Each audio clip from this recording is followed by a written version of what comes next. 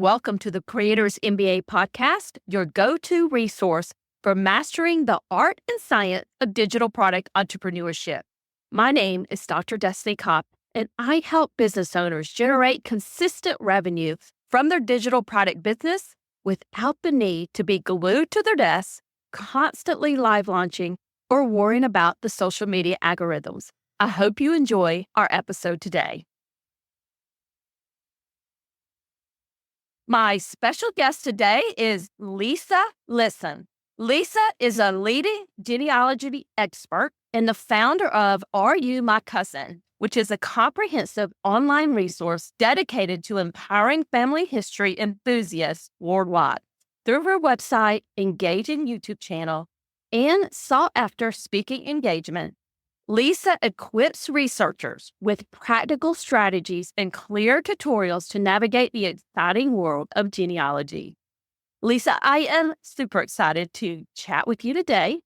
Now, you are one of our newsletter Profit Club members, and as you and I were working through some things with your newsletter, I started, learning a little bit more about you and your business, which is fascinating to me because I love kind of digging into all of that genealogy, family history, and that sort of thing. But what I also found very interesting was the traffic that you are getting organically from YouTube. And I know that you've been using YouTube for several years now.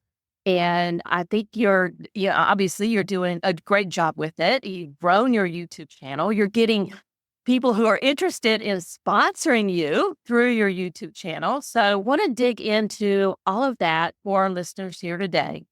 But before we get into all the questions I have for you, can you tell the good audience just a little bit more about you and how you help people? Oh, sure. Thank you so much for having me, Destiny, because I love talking genealogy and family history. And, well, I love talking YouTube as well. So, absolutely. So what I do now is I help people who are interested in their family history. I help them find their ancestors and discover their family history. And I do that through my blog, which is called Are You My Cousin? Through the YouTube channel with the same name and webinar trainings. So I love to help people get beyond just the family tree that says the names, the birth date, the marriage date, the death dates, and really dig into some of the stories. So walk us back through whenever you started your business, and you can take us back to that point in time. And you were thinking, I really want to teach people how to do genealogy research and build their family tree. When you were first starting out your business and you were thinking about, how am I going to communicate? What's going to be my content platform? What did you start with, and how, when did you add YouTube into that strategy? Oh, that's a great question. So I started out as a blogger, a genealogy blogger, and did that for many, many years. That's all I ever thought I would do with it. The blog actually started out as a way to share with my family the things that I was finding because so many people were interested in asking, and I was getting lost in all the emails. So I just started the blog. And I will tell you, when your kids are in middle school and their mom starts a blog, that got me some pretty cool mom points there as well.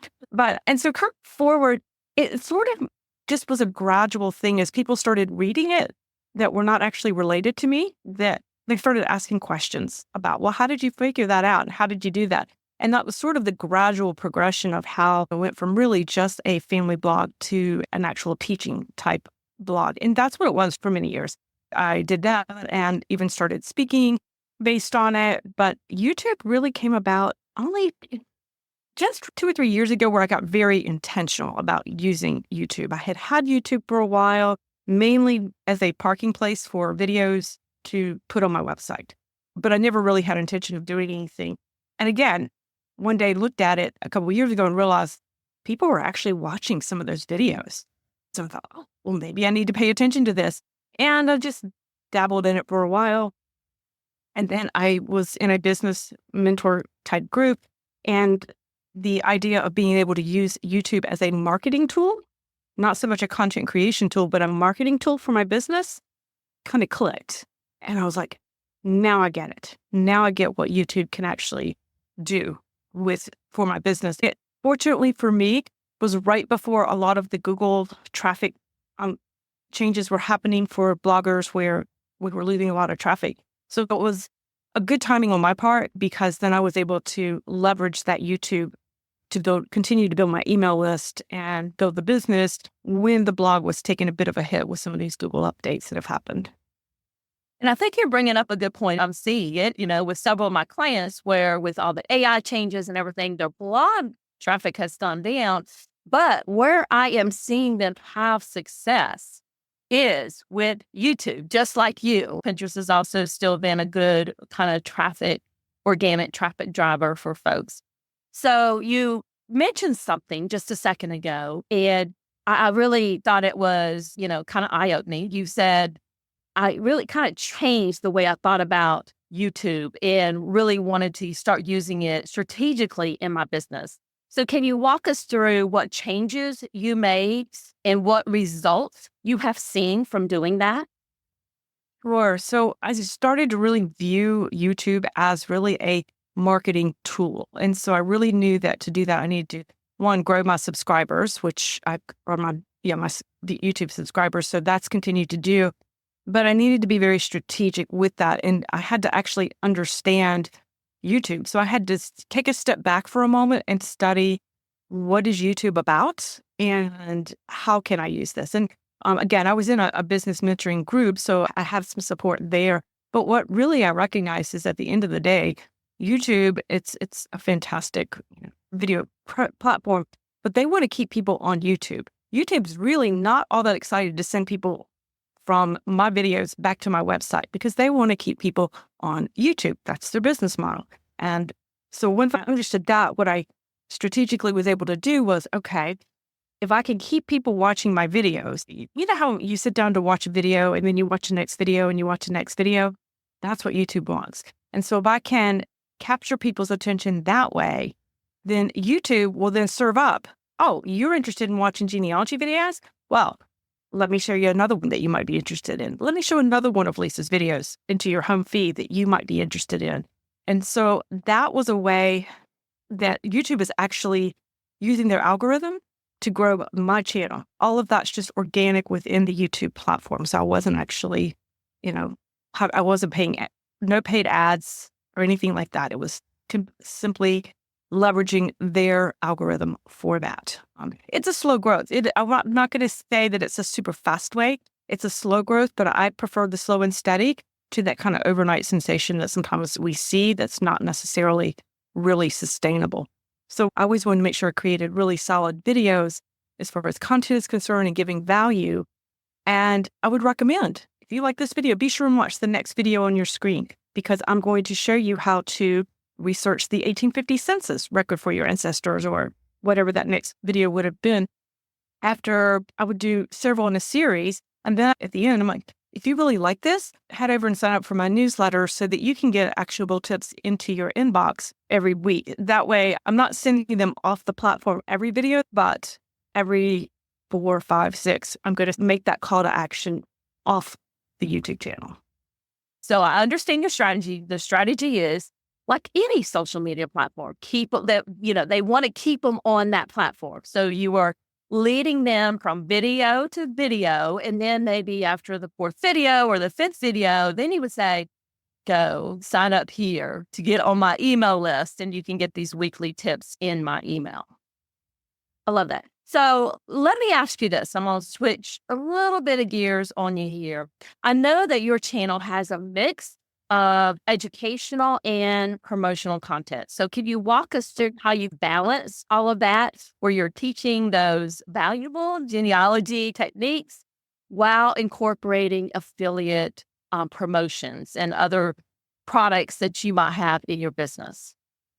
Sure. So I think a lot of what I always try to keep in mind when I'm starting to try to create that content calendar, and I do create a content calendar, I try to do it about per quarter because I find that works better. If I go too far out, I kind of lose the flow, but I do create that content calendar.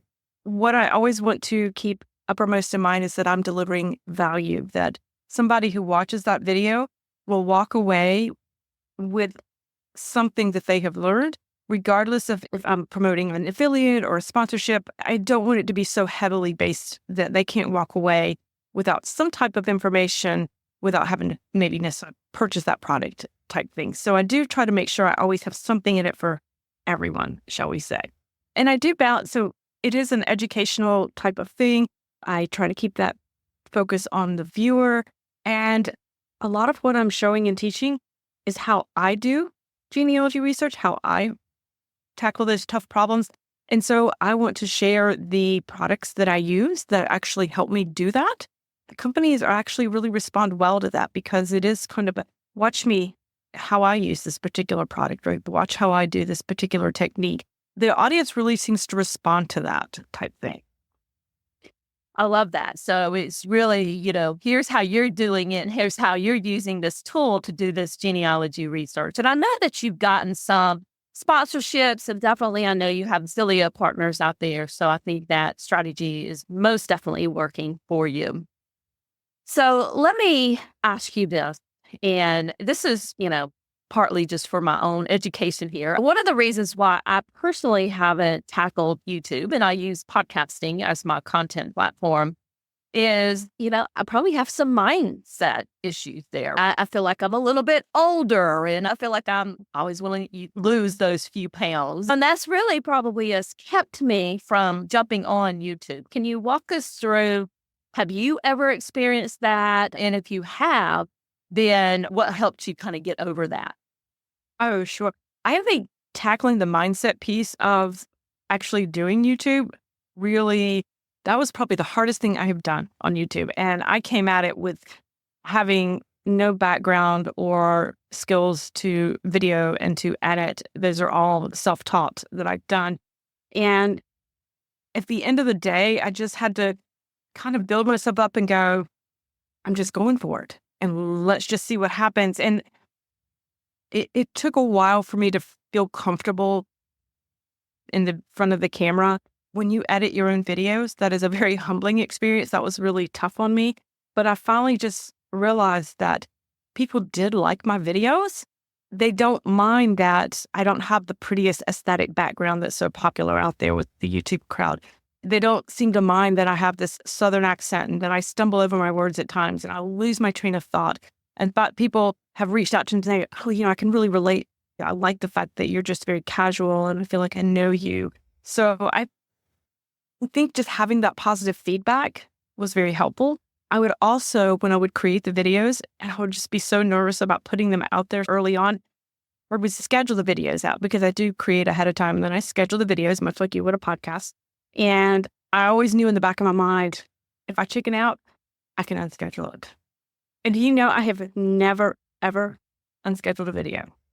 It was always just that kind of scheduling thing and then giving myself a little space and it was okay. But it was always knowing in the background, I guess, that I had that option, but I've never actually used it with that. So it was kind of funny.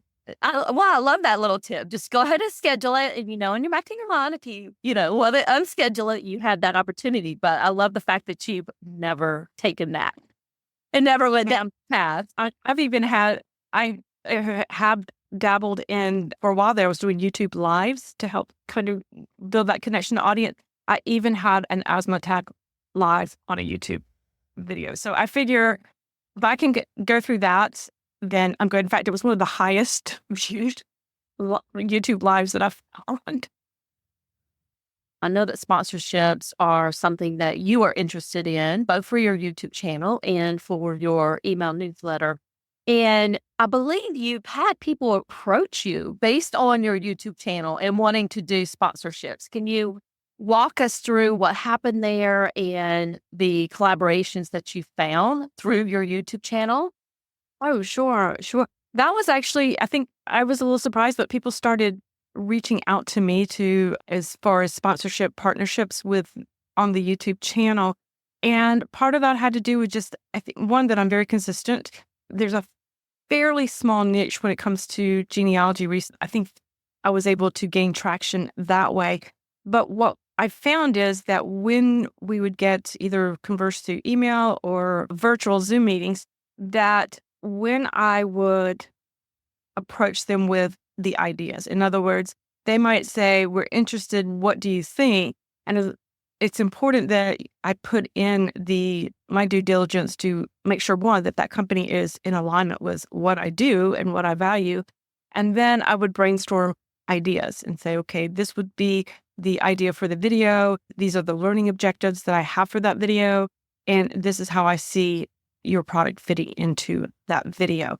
And this is why I schedule it the way I schedule it. So really kind of giving them that background to recognize that it's more than just, okay, we'll just put a little ad out there and we're good, that I had some actual background and strategy behind my videos. I think that was the difference because I did have such a strategy behind them. And I love that, YouTube video is sponsored by XYZ company. You're actually giving them a full proposal on how you would incorporate their tool or whatever they were offering into your video and using it as a teaching opportunity for your audience. So I think those are the most powerful sponsorships, quite frankly, that we can do.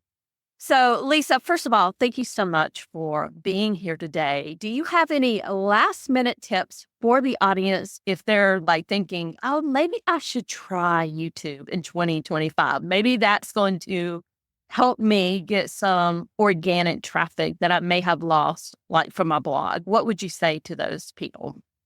First off, I would say, do it. Try to do it.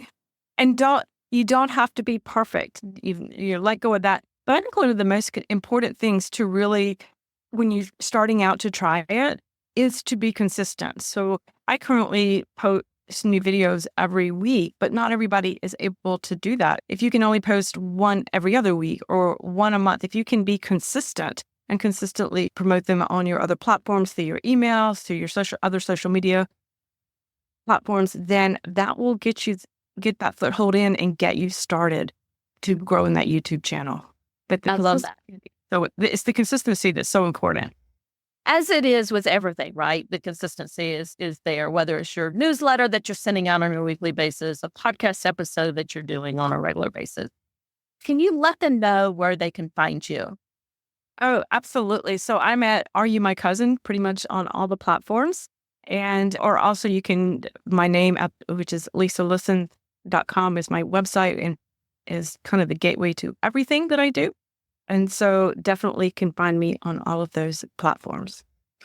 And I'm going to make sure that those links are in the show notes. And your free gift for them is called the Big Genie List, which is a curated collection of essential genealogy resources to find your ancestors. So, Lisa, thank you so much for joining us today and sharing everything that you learned about YouTube with us.